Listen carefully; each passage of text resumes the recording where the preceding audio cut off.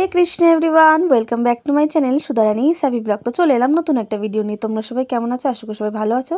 আমিও কিন্তু অনেক ভালো আছি। তো তোমরা আগে আমার ভিডিও দেখেছো যে আমি তিরুপতি ঘুরতে গেছিলাম।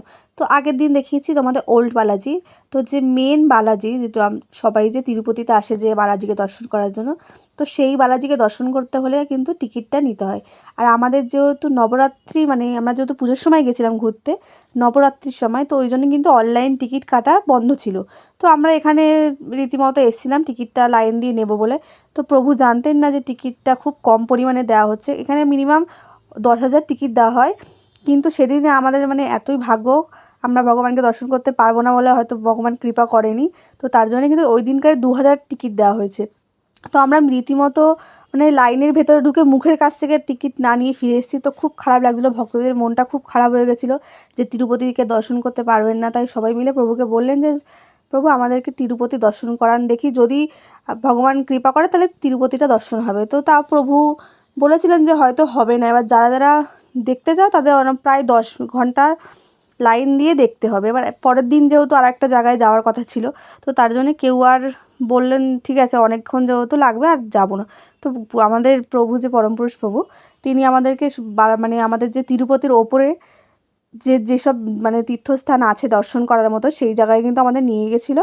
যখন পাহাড়ে উঠছিলাম, তো পাহাড়ের ভিউটা এত সুন্দর লাগছিলো যে আমরা অনেকটা উঁচুতে উঠেছিলাম। আর নিচে যেহেতু নিচে যেই ছোটো ছোটো বাড়িগুলো ছিল, ও বাড়িগুলো কিন্তু অনেক ছোটো ছোটো লাগছিলো। তো আমরা বলছিলাম ওইগুলো কীরকম লাগছে। আর ভিউটা একদম পুরো মেঘের একদম রাজ্য, ভীষণ ভালো লাগছে।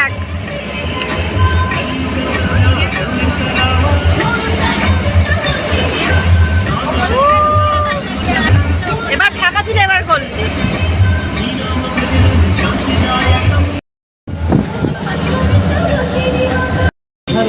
দিয়েছিলাম তো হইতো বাজব তো।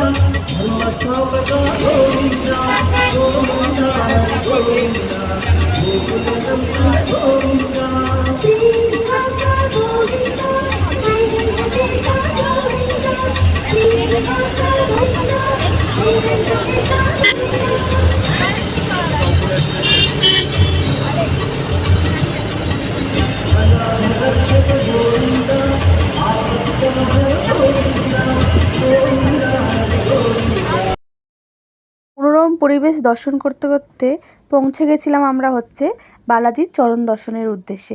তো এখানে হচ্ছে আমাদের যে তিরুপতি বালাজি, তার চরণ, এখানে চরণ পাহাড়ি বলে জায়গাটার নাম। এই চরণ এখানে কিন্তু আছে। তো আমরা এখন দর্শন করব চরণ পাহাড়ি। চলুন এগিয়ে যাই। টিমের মোট সদস্য ছিল 130 জন। তো তার জন্য কিন্তু অনেকগুলো বাস ভাড়া করা হয়েছিল। আর আমাদের সবকটা বাস পৌঁছায়নি, তো তার জন্য দাঁড়িয়ে একটুখানি অপেক্ষা করছিলাম আমাদের আসার জন্য। আর দাঁড়াতে দাঁড়াতে হঠাৎ করে দেখছি এটা কী প্রজাতির কাঠবিড়ালি। এটা আমি প্রথম দেখছি, এরকম টাইপের দেখিনি। তো দেখার পরে চলে এসেছি লাইনে। এই লাইন দিয়ে কিন্তু আমাদের উঠতে হবে ভগবানের চরণ দর্শন করার জন্য। আর দেখছো কত ভিড়। তো আমি কিন্তু ওখানে কিছু একটা কিনতে গিয়ে আমি আটকে গেছিলাম। তো মাঝখান থেকে আমি ঢুকে গেছি, যেহেতু আমাদের অনেক মাতাজিরা ছিল, তার জন্য কিন্তু আমি টপকে ঢুকে গেছি ভগবানের দর্শন করার জন্য। আর এইখানে গেছি তুলসীটা আমি নিয়ে নিয়েছি ভগবানের চরণে দেওয়ার জন্য। এটা 10 টাকা করে বান্ডিল নিচ্ছিল। তো আমি আর গুড্ডু নিয়েছিলাম। মানে ভিড় ছিল যে ঠিকঠাকভাবে দর্শনই করা যাচ্ছিল না। আর তোমাদেরকে যে দর্শন করাবো, তুলসী পুরো চাপা পড়েছিল। তো আমি একটু সরিয়ে সরিয়ে একটু তোমাদেরকে দর্শন করাচ্ছিলাম। তো ফাইনালি দর্শন করার পরে যখন সিঁড়িতে এসে দেখছি যে এই জায়গাটা এত ভালো লাগছে। তো আমি এখানে পাহাড়টা পুরো মেঘটা দেখো পুরো একদম যেন ঝুলে গেছে এরকম মনে হচ্ছে। দর্শন করার পরে এসেছিলাম একটা নৃসিংহদেবের মন্দির আছে অনেকটা নিচে, পাহাড় থেকে নিচে গিয়ে নৃসিংহদেবের মূর্তিটা আছে। এটা হচ্ছে নৃসিংহদেবটা।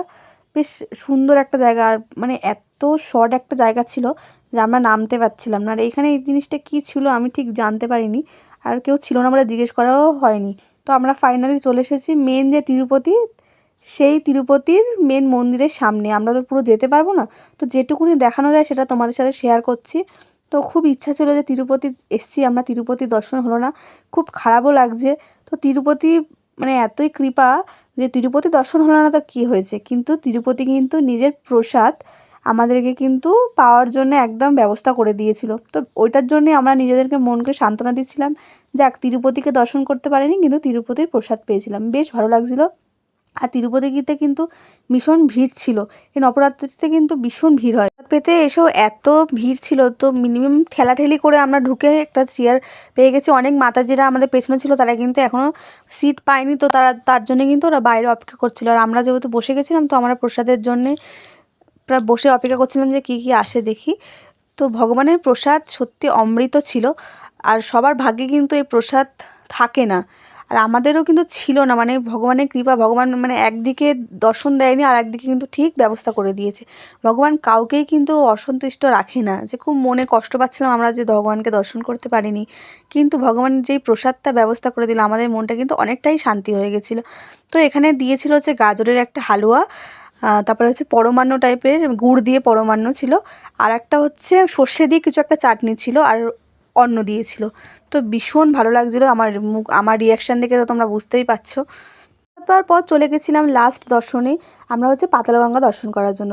আর পাতালগঙ্গা দর্শন করতে গেলে কিন্তু অনেকটা নিচে সিঁড়ি দিয়ে নামতে হবে, পুরো পাহাড়ের নিচটাতে ছিল পাতালগঙ্গা। তো রীতিমতো পাতালগঙ্গা দর্শন করার পরে নিয়ে নিয়েছিলাম একটু পাতালগঙ্গার জল। আর আমাদের কিন্তু অনেকজনই বয়স্ক ছিল, তো তারা ঠিকঠাক দর্শন করতে পারেননি, তারা ওপরেই ছিল। তো তাদের জন্য বলছি, যারা বয়স্ক তাদের পায়েটায় ব্যথা, তারা কিন্তু তিরুপতিটা একটু স্কিপই করতে পারেন। হ্যাঁ, দর্শন করার ইচ্ছা অনেকেরই থাকে, তো কিন্তু তারা কিন্তু ঠিকঠাক দর্শন করতে পারবেন না। আর আজকের ভিডিওটা তোমাদের কেমন লাগলো তোমরা কিন্তু অবশ্যই কমেন্ট করে জানিও। যদি ভালো লাগে তোমরা কিন্তু করে দিও। আর আজকে তো টাটা, হরে কৃষ্ণা।